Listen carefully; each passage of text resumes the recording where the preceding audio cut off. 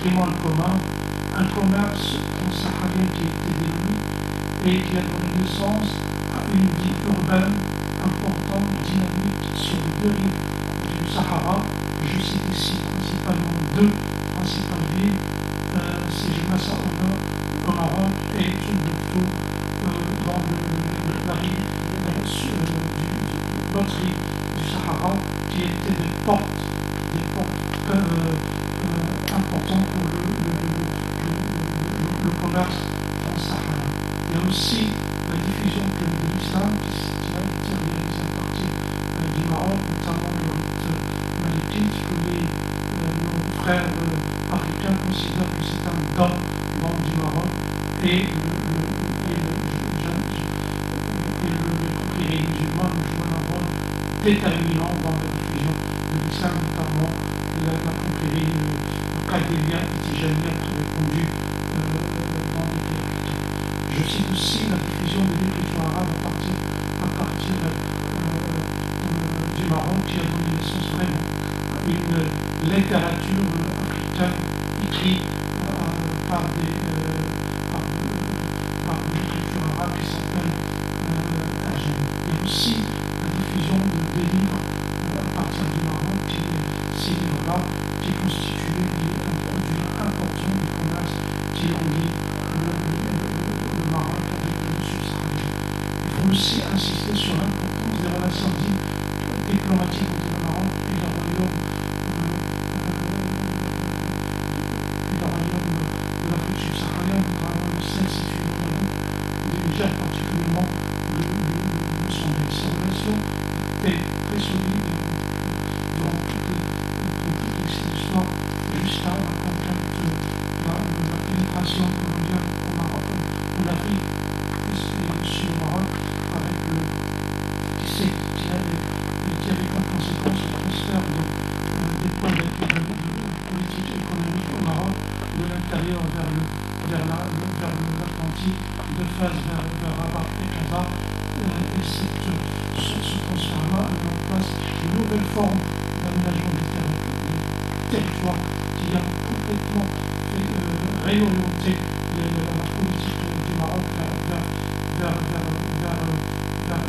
Une fois le Maroc a accédé à son indépendance, il a retrouvé sa relation, il a réorienté ses relations vers le continent africain. Il a développé, il a contribué au renforcement de ses relations politiques. Et d'ailleurs, la conférence de Casablanca, le documentaire que la Fondation a présenté, confirme vraiment la vocation du royaume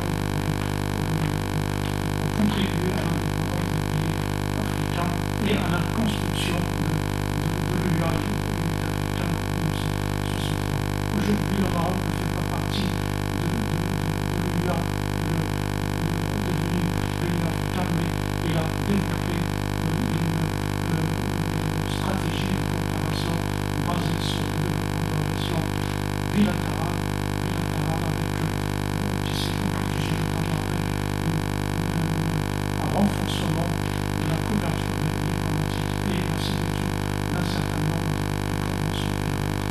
Il a développé aussi une coopération multilatérale dont l'objectif est de contribuer au développement socio-économique des pays africains, et pas mal de projets dans différents domaines ont été concrétisés grâce à cette nouvelle forme de coopération avec le continent africain. Mais depuis quelques années, l'économie commence à jouer un rôle déterminant dans l'orientation des relations du Maroc avec le reste, avec les autres pays africains, et le discours de Sa Majesté le Roi en Côte d'Ivoire a été vraiment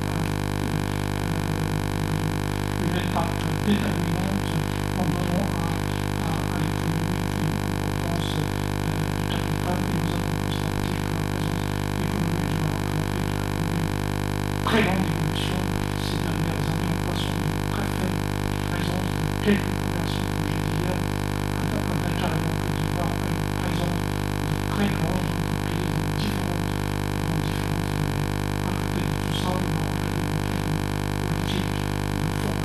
déclin dont l'objectif est de contribuer à la formation de, je ne peux pas dire de l'élite africaine, mais vraiment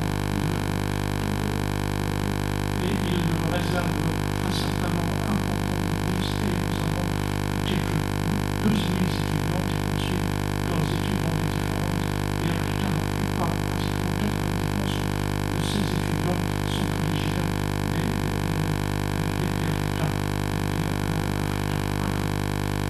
Il faut aussi insister sur l'importance de la dynamique migratoire Maroc-Afrique avec une présence importante de communautés marocaines dans différents pays.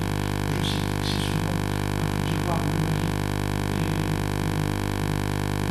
et le Soudan, et aussi une migration africaine de plus en plus importante au Maroc, une présence africaine qui a connu de très fortes migrations en passant d'une migration de transit à une migration de passage, ce qui a nécessité au Maroc de réorienter et de mettre en place une nouvelle stratégie de gestion de ce flux migratoire.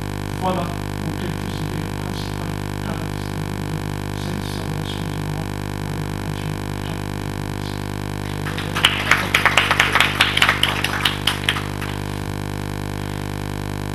Merci. À présent, nous donnons la parole à M. Bayer Bonaventure. Merci, Président. J'imagine que moi, je vais parler peut-être un peu plus. Alors, 10 minutes. 10 minutes. Je vais rapidement enclencher donc mon exposé sur le thème de l'Afrique face à l'agenda des grandes puissances. Et ce thème est le pendant de celui que j'ai développé hier sur la problématique du découpage du continent africain à la colonisation, conséquences et répercussions. Je voudrais dire déjà que la situation politique et socio-économique qui prévaut aujourd'hui sur notre continent depuis environ 2 décennies interpelle les élites politiques de ce continent. Continent qui est à la dérive, plus que jamais, et qui semble continuer à être l'objet de diverses manipulations de la part des puissances étrangères.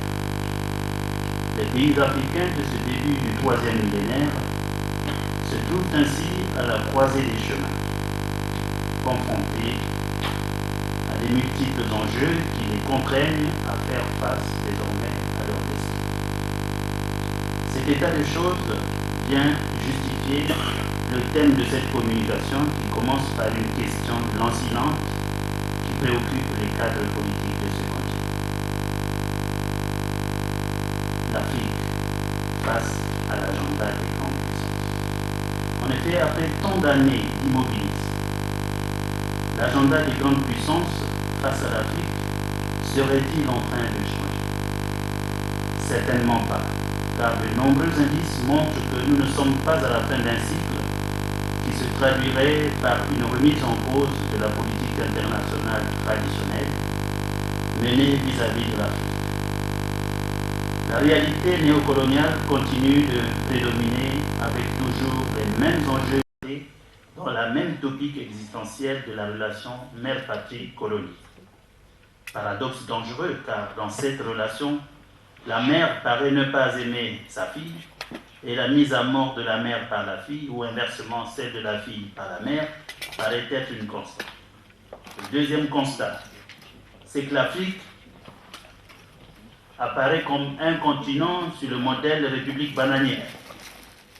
Il reste ce territoire d'expérimentation des idéologies et modèles politiques, économiques, culturels et sociaux, avec notamment l'adoubement et l'intronisation des dirigeants et présidents choisis ou préférés par les grandes puissances. Nous le voyons souvent, que ce soit le cas de la France, des États-Unis ou de la Belgique, pour leurs intérêts toujours. Un espace où, en conséquence de la garantie de ces intérêts, la malgouvernance, les dictatures, les violations permanentes des droits humains, la vision étriquée du développement, la corruption et l'impunité caractérisée, ainsi que les passe-droits et autres valeurs, sont tolérés par une communauté internationale complaisante. Comme on peut le constater, il s'agit là d'une logique patrimoniale sans cesse lubrifiés par des prébendes ou par une corruption réciproque, servant directement les intérêts croisés des classes au pouvoir en Afrique et des réseaux affairistes occidentaux. C'est une caractéristique fondamentale de la fameuse France-Afrique qui prouve avec force une logique néocoloniale enracinée dans le subconscient collectif des Africains et qui consacre le statut d'une Afrique chasse gardée des grandes puissances étrangères. Ainsi donc, comme l'affirme Achille Mbembe, philosophe et sociologue camerounais, l'Afrique est en soi un vaste champ d'immunité qui contredit radicalement les principes démocratiques qui fondent la vie des nations libres. Fin des citations. Il est évident qu'en fait, l'Afrique n'a jamais cessé de susciter l'intérêt et d'attirer les convoitises des grandes puissances. C'est pour cela que nous devons en permanence éviter les pièges des slogans forts, les pièges des idéologies, car que ce soit les slogans ou les idéologies, tout ceci ne s'inscrit que dans le cadre d'une logique qui est la logique des grandes puissances. Un état de fait donc et une ambiguïté relationnelle qui ont souvent fait planer le soupçon d'une nouvelle forme de colonisation autour d'une présence qui s'annonce comme strictement économique et marchande, mais qui se joue inévitablement sur un fond géopolitique et géostratégique. Dans ces luttes d'influence, si les États-Unis et l'Europe tentent de garder une place importante qui les positionne historiquement en situation de monopole sur ce continent, la Chine se présente comme la nouvelle puissance qui cherche à s'imposer dans le jeu international en s'appuyant sur les nouvelles règles imposées par la mondialisation et la globalisation des économies.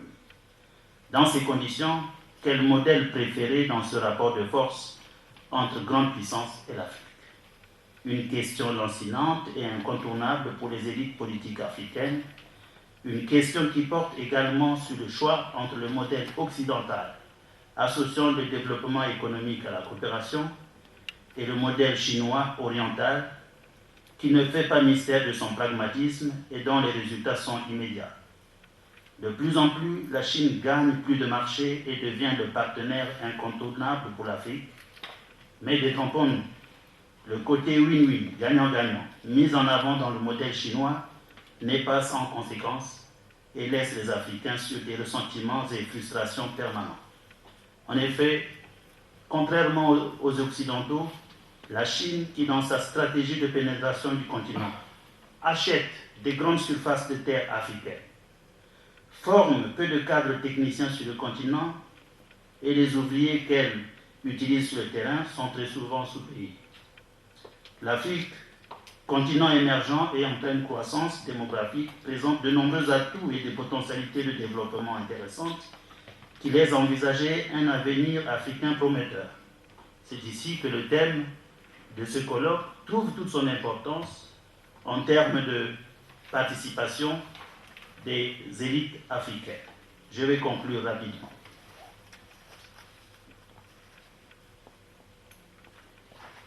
Les crises récentes, guerre civile, coup d'État, déstabilisation sociopolitique, tendent à remodeler l'agenda des grandes puissances face à l'Afrique, avec notamment une politique d'interventionnisme direct des grandes puissances, de la France notamment, tant au Mali, en Centrafrique qu'au Nigeria, impliquant des nouvelles configurations dans leurs rapports. Plusieurs faits significatifs montrent d'ores et déjà que nous sommes à un tournant de cette relation. Au-delà des déclarations d'intention, l'environnement international connaît en quelques années d'importantes mutations qu'il nous faut observer. Il y a ensuite l'accélération de la mondialisation et la recherche de nouveaux marchés sur d'autres continents qui tendent de plus en plus à brouiller l'agenda Afrique et grande puissance.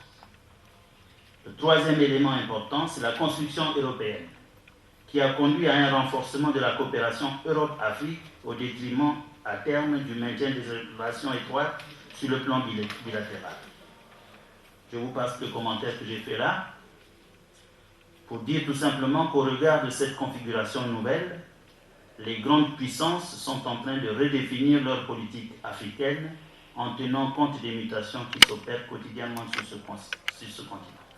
Face au danger que représente le poids politique et économique croissant de la Chine dans le monde, et la stratégie de pénétration que cette nouvelle grande puissance a mise en mouvement en Afrique, le paternalisme occidental vis-à-vis de l'Afrique, qui avait jusque-là cours sur ce continent, s'humanise de plus en plus et tente à se muer en relations sincères, tactiquement sans doute, question de ne pas accorder une place de choix incontrôlée et quasi définitive à cette Chine aux ambitions démesurées et anarchiques, pour ne pas dire parfois sauvages. C'est ici que les élites politiques africaines de ce début du troisième millénaire devraient rivaliser en ingéniosité pour trouver et donner la bonne réponse à la problématique de l'Afrique face à l'agenda des grandes puissances. Le millénaire qui vient de commencer trouve une Afrique à la traîne d'une société humaine tractée par les grandes puissances qui continuent d'imposer leur vision du monde à l'ensemble de l'humanité. Les élites politiques africaines de cette période ont donc fort à faire pour maintenir le continent dans un peloton qui, sous l'impulsion des grandes puissances, roule déjà à vive allure.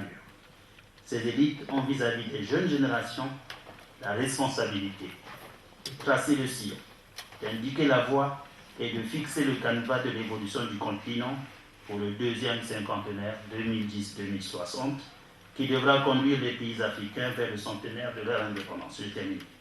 La voie du salut pour l'Afrique ne peut être uniquement celle d'ores et déjà tracée par un contexte géostratégique mondial, cadenassé pour l'éternité et qui ne resterait plus qu'à suivre sans rien remettre en cause et sans rien avoir à poser de nouveaux problèmes qui agaceraient le G7, pudiquement estampillé la communauté internationale. Il faudrait arriver à faire en sorte que l'Afrique, sans aliéner sa souveraineté, joue son rôle au sein de l'humanité et contribue à l'évolution positive de cette civilisation de l'universel qui se construit sous ses yeux. Que la Chine, dans le strict respect, juste une ligne qui reste, que la Chine, dans le strict respect de cette souveraineté africaine, trouve sa place en tant que nouveau partenaire stratégique au développement et que l'Europe et l'Amérique se retrouvent en voisins avec l'Afrique pour repenser leur coopération dans une cohabitation fraternisante que leur impose la proximité géographique, l'histoire, le destin, la culture et les valeurs qu'elles ont en partage ensemble pour le temps et à perpétuité. J'ai terminé. Excusez-moi d'avoir été là. Merci, excusez-moi, je m'en tiens à la règle, ce qui est ma mission. Et l'intervenant suivant, c'est M. Alassane Belarbi. Merci, M. le Président. Alors, au départ, j'ai préparé mon intervention en espagnol, mais enfin, ils m'ont dit qu'il n'y a pas de traduction simultanée. Alors, je vais faire un effort pour parler en français, et je vous demande d'être un petit peu tolérant avec mon pauvre français. Voilà. Et pourquoi parler de diaspora ou des compétences africaines à l'extérieur? Et parce que je crois qu'ils peuvent apporter quelque chose au développement de l'Afrique en général. Et ce matin, les professeurs, ils ont dit bien clair que le problème du développement en Afrique, c'est le problème de malgouvernance. Et je crois que je suis d'accord à propos. Et la Banque mondiale et différentes organisations internationales des Nations Unies soulignent que le problème de développement en Afrique, c'est la malgouvernance ou le manque de bonne gouvernance au premier degré. Alors, pour avoir une bonne gouvernance, je crois que les ressources humaines qualifiées sont très importantes.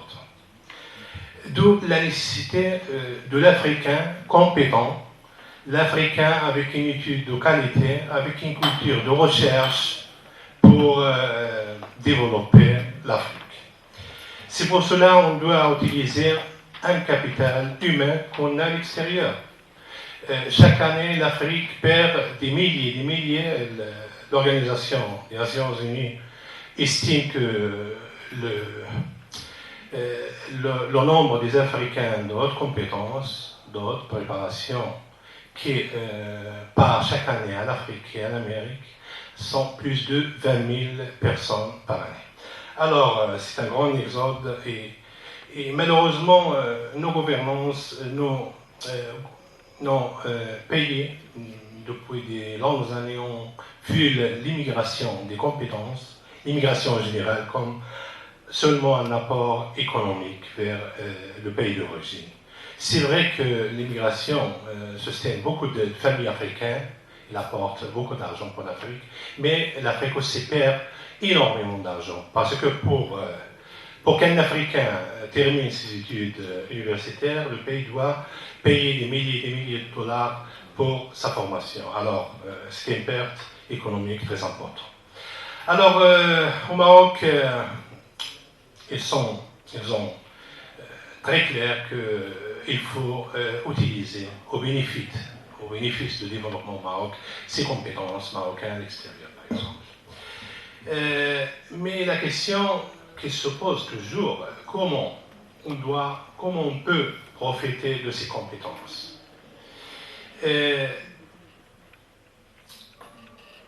Bien sûr, on a dit que le développement, on parle toujours dernièrement de taux de décroissance économique et des pays émergents. Je dis que le taux de croissance, c'est une chose, et le développement, c'est autre chose. Il faut avoir de la durabilité pour avoir un développement. La durabilité d'un taux de croissance très positif pour avoir un développement. Et ça passe toujours par la connaissance, par la science et la technologie et l'innovation. C'est très important. C'est pour cela que les compétences extérieures peuvent aider à notre développement. Normalement, il y a 3 options principales pour profiter des compétences de l'extérieur. La première, c'est le retour permanent ou le retour définitif des compétences. Alors, je crois que dans le cas de la majorité des pays africains, ce n'est pas possible parce que les salaires sont très bas, parce que les conditions de vie ne sont pas équiparables. On ne peut pas comparer les conditions de vie de l'Europe avec l'Afrique, par exemple. Il y a beaucoup de conditions qui empêchent le retour de ces compétences vers l'Afrique. La deuxième option, c'est la mobilité ou le retour temporal durant une courte durée, 3 mois, 6 mois. Alors, il y a beaucoup d'expériences là-bas, même en Afrique. Il y a le programme MEDA, Migration pour le développement. C'est un programme de l'Organisation internationale mondiale qui a adhéré plusieurs pays africains. On n'a pas encore des résultats très optimistes. Au niveau du Maroc, le Maroc a déjà adhéré au programme TOCTEN, par exemple, des Nations Unies, de la PNUD. C'est le Transfer of Knowledge to Expatriate National. En 1993, et après ça, dernièrement, le ministère de la Recherche, de l'Éducation supérieure, de la Recherche scientifique, a annoncé un programme qui s'appelle Maralcom pour que les enseignants-chercheurs de l'extérieur marocain peuvent participer avec des durées d'une année, par exemple, sabbatique au Maroc, pour participer dans des projets. Et il y a une troisième option, je crois, moi je défends beaucoup cette troisième option, c'est la participation ou le retour virtuel, la participation à distance. Il y a des très bonnes expériences. Je cite notamment l'expérience de la Colombie dernièrement. Bon, la Colombie a développé des réseaux formés par ses citoyens à l'extérieur. On peut faire ça aussi. Alors, parce que, en partant de l'idée que après le développement des technologies d'information et de télécommunication à partir des années 80, c'est facile que les immigrés en général ont développé des réseaux de contact entre ces citoyens, ces familles. Alors on peut profiter de ça, ce qu'on appelle des communautés transfrontières, parce qu'il n'y a pas de frontières physiques. Alors ils peuvent participer dans leur développement de leur pays. Voilà l'expérience du Maroc à propos. Il n'a pas encore commencé, mais je crois qu'il y a des programmes qui vont se lancer dans ce sujet. Et il y a aussi, je signe un programme au niveau du Maroc du